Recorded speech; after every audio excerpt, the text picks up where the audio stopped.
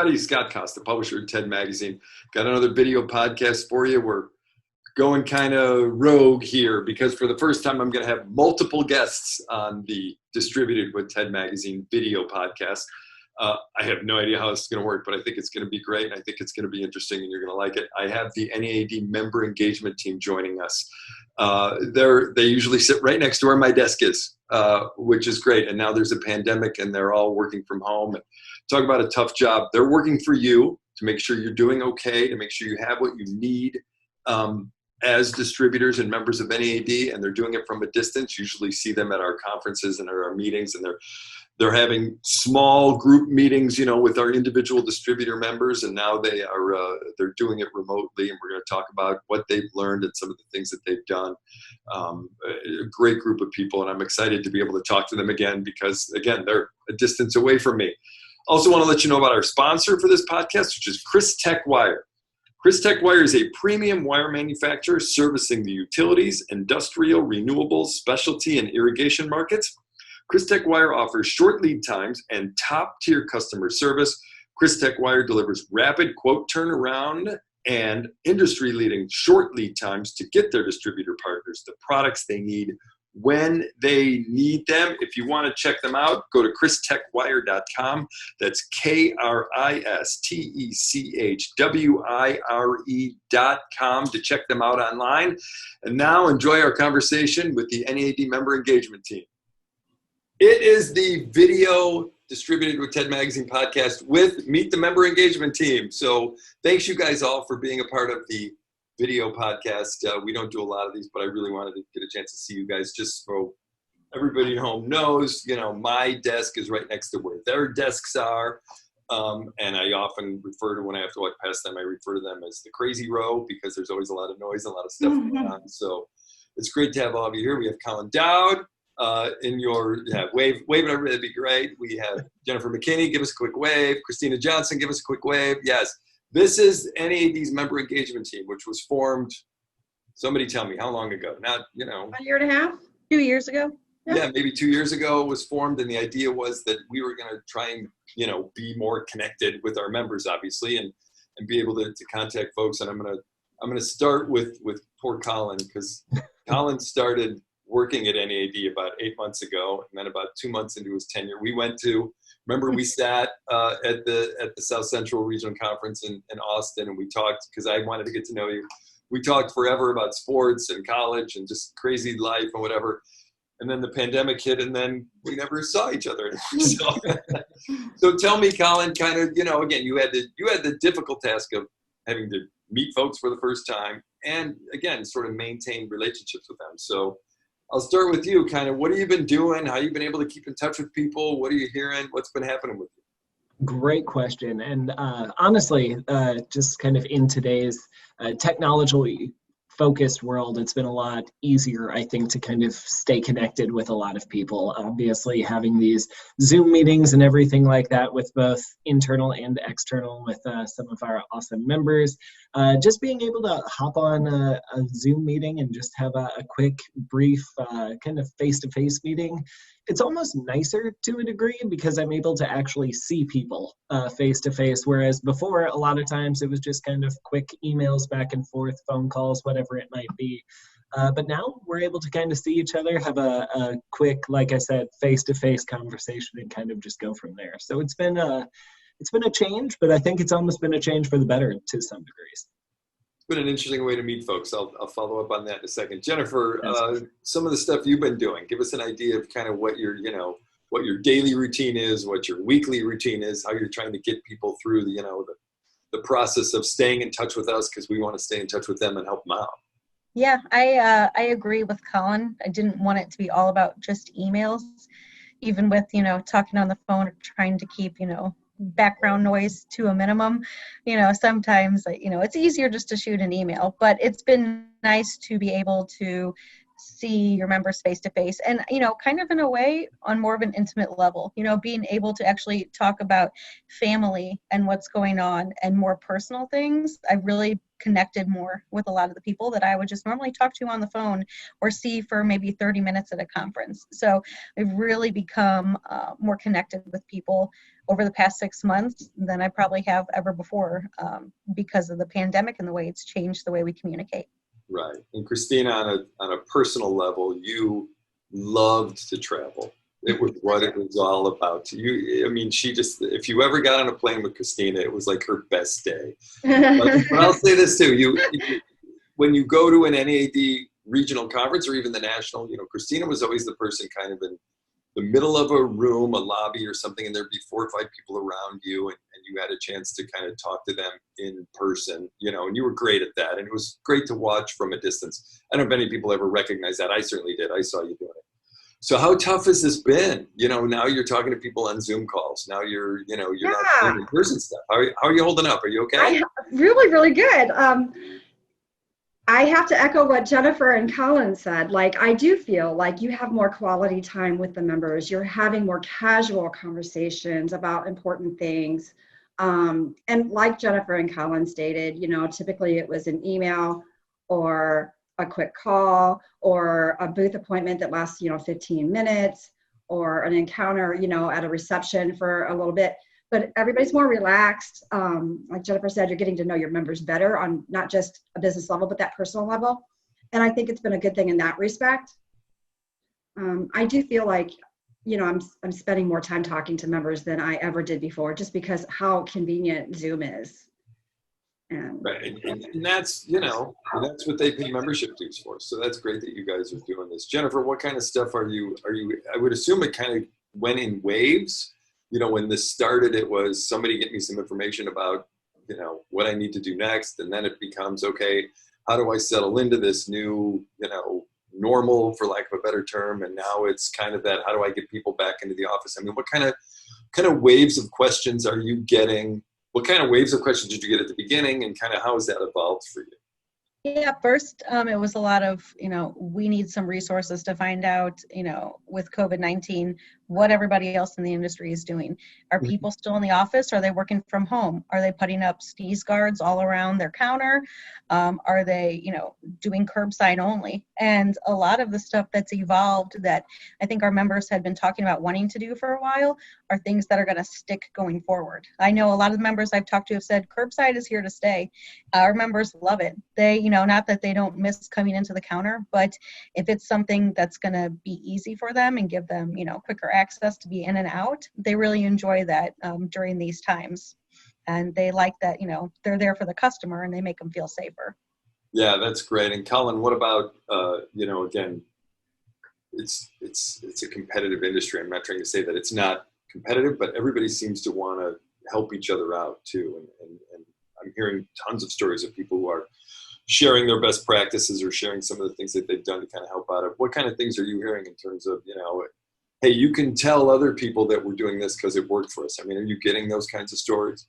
Oh, absolutely. I think that especially when it comes to the safety aspects, everybody's willing to share anything that they have, anything that they've found has been successful for them, obviously, because the industry is so similar across distributors in general.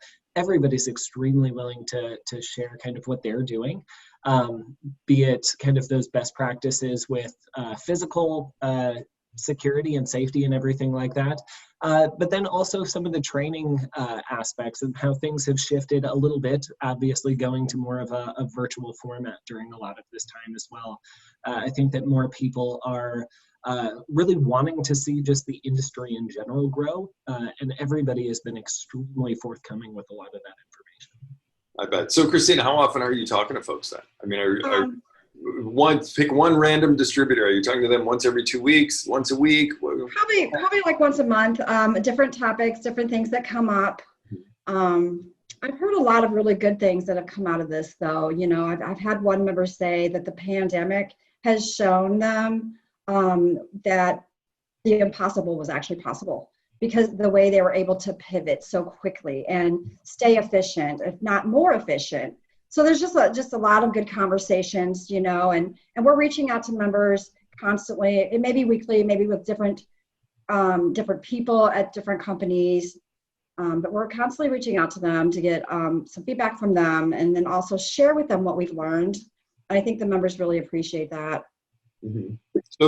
So for any of you guys then, is it sort of a, I think initially folks probably reached out to us to say, hey, I have questions. And then it became, hey, we want to reach out to you to make sure you're okay. I mean, where are we at now? Are folks contacting us to say, hey, I just want to know, am I doing this right? Or do you have this kind of research that might be able to help us out?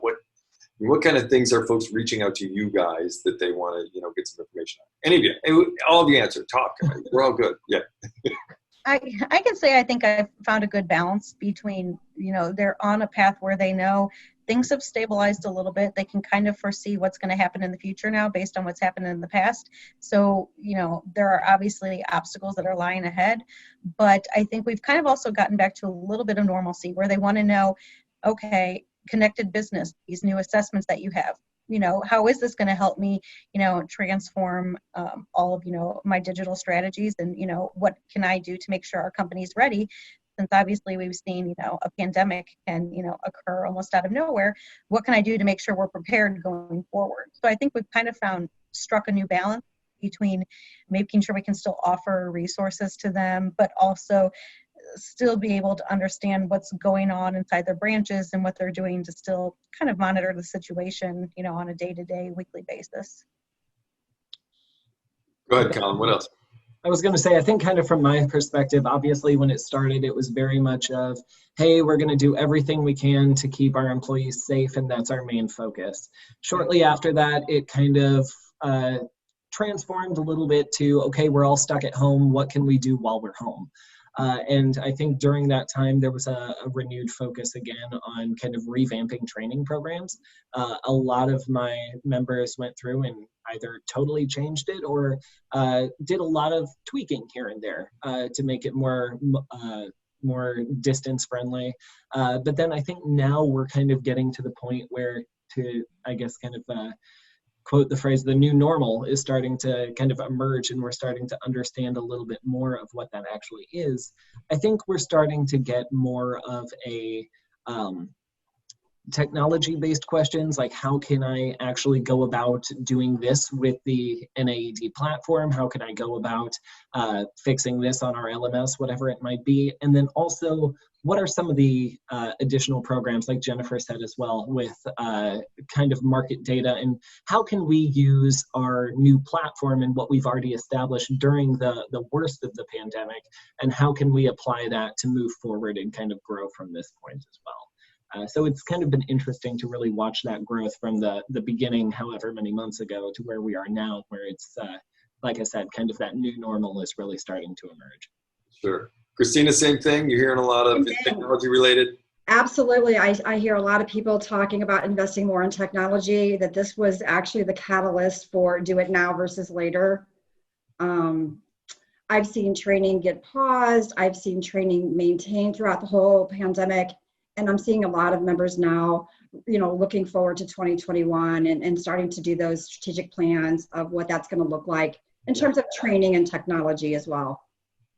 And so, Colin, you kind of got the double win of not just having to meet new people and new companies, again, because you just started, but you also had to learn all those NAED programs and past research and things that we've done in the past before you even came here. And so it's kind of, I bet it's been kind of an interesting learning curve for you, just in terms of, trying to stay ahead of everything that's out there.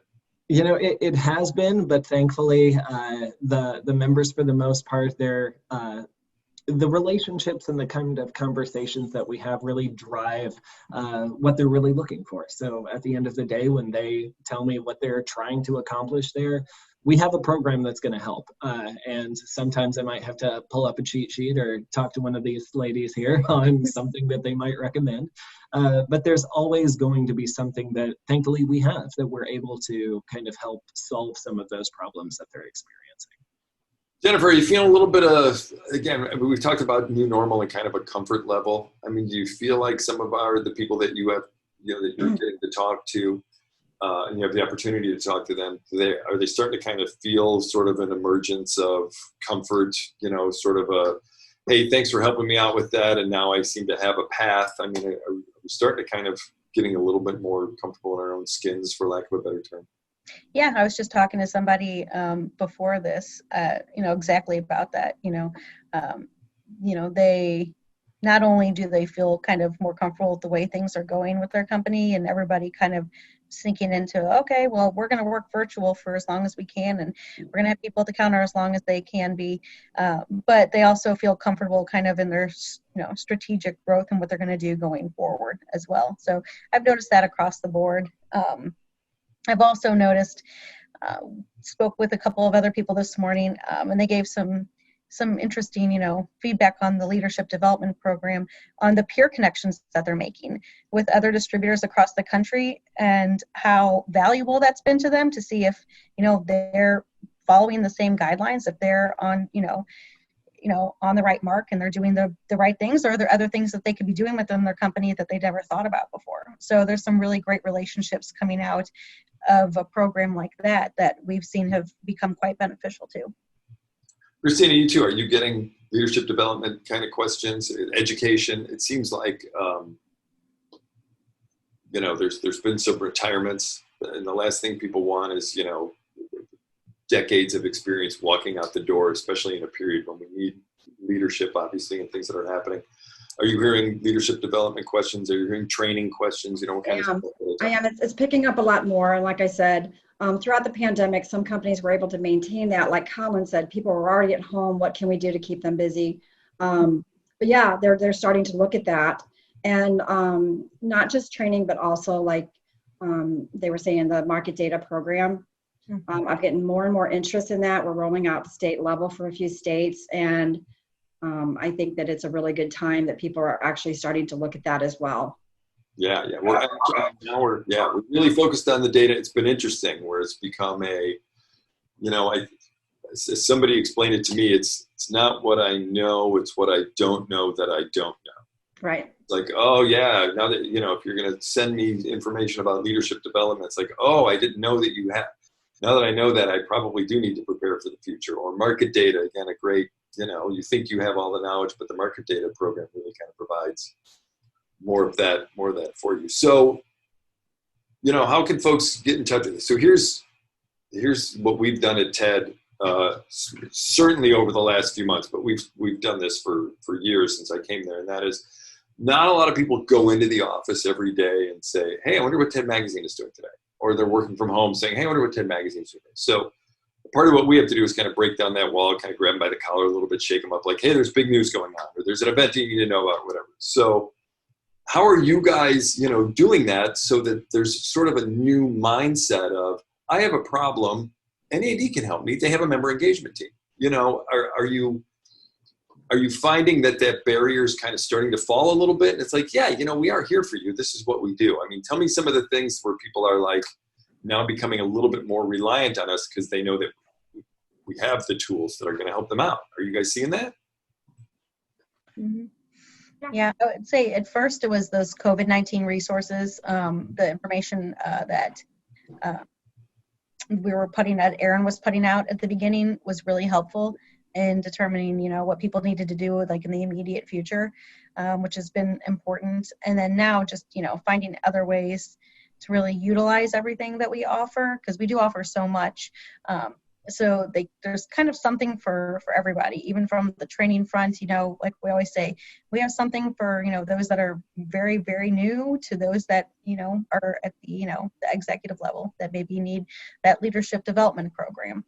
So I think our members have really become comfortable with all of us and really just reach out to us whenever they can think of something, we want to be at the forefront of their minds. So it's impossible, and I don't want to point out the horribly obvious, but it's impossible to make sure that you have a direct connection with the 180,000 individual people who work for every, company. It's a member of NAED, and I understand that. But do you guys have like an overall email, like member engagement at NAED.org? I mean, how can people be like, I just have a question and there's no way I'm going to get to the bottom of this, but I bet NAED's got that information. I mean, what do we have that people can get in touch with somebody so that you can get back in touch with them? Do we have the website? I mean, where do folks go? So they can, Christina, help me out. Where okay. So you nailed it. It's member engagement at NAED.org. Okay. And then we will flip you to your member engagement manager. There's also the live chat that's on our website. It's also on the NAED Learning Center where you can click it and you have instant communication, chatting with one of us. You still have the phone numbers. I've ditched my landline at the office and updated my email signature, so it's just my mobile. But you can reach us that way as well. And Well, of course, Christina's giving out her cell phone number now if you want to contact her whenever. That's great. I didn't know about the live chat thing. Now when I want to talk to you guys, I'm going to go to NAED.org. I seriously didn't know. You go to NAED.org, get on the chat, be like, hey guys, what are you doing for lunch today? See how that goes. But that's great. Listen, you guys are doing great stuff, and I think it's important that our members know that you're here for them, and you're kind of that first line of we're here to help you. And again, they pay membership dues, and so this is a real value that you guys can help them out with. And I don't want folks to lose track of that, lose focus on that you three are doing what you're doing, and you're continuing to do it. And you're doing such a great job of it. And again, I'll say this on a personal note. I'm not going to get emotional. I try not to, but I do miss you guys. There's something to be said for Zoom calls, which is great. There's something else to be said to have eyeball to eyeball conversations, and I can only hope that have real laughter where we're in the same room at the same time. And so I do miss you guys, and I do miss being able to go down the crazy hall in the office and kind of share a laugh in the kitchen or whatever. So it's great. You guys are doing great work, and I appreciate you coming on the podcast and telling folks that we're still here for them, and you're going to continue to be here. So thanks for being here, all of you. Thank you so much for having us. All right, great. We will talk again soon. Thanks, everybody. Bye. Thank you. Again, like I said, a great group of people, tons of personality with Jennifer and Colin and Christina. I always enjoy talking to them. I hope you enjoyed the podcast. If you have questions about this podcast or any other podcast, or you have questions about TED Magazine and our digital issues, we've got some special issues coming up. If you have questions about TEDMag.com, Lighted, our e-newsletters, anything related to news and TED Magazine and NAED or anything like that, we'd love to hear from you. 2 ways you can get in touch with me. One, send me an email, scosta, SCOSTA @NAED.org. Love to hear from you. Send me an email, or you can give me a call. The phone's right there. No kidding. Give me a shout, area code 314-812-5311. I'd love to hear from you. Go ahead, give me a call. We can talk for a little bit. But first, another shout out for our sponsor, which is Chris Tech Wire. Chris Tech Wire, when you need wire fast, you need to consider Chris Tech Wire as your go-to team. A premium manufacturer of tray cable, tracer, cathodic protection cable, XHHW2, RHWUSE2 wire. Chris Tech Wire delivers their wire with responsive customer service and industry best lead times. You can find them at christechwire.com. That's KRISTECHWIRE.com. Check them out. Thanks to you guys for being my sponsor. And until we get a chance to talk again, thanks for listening. Thanks for watching the Distributed with TED Magazine podcast.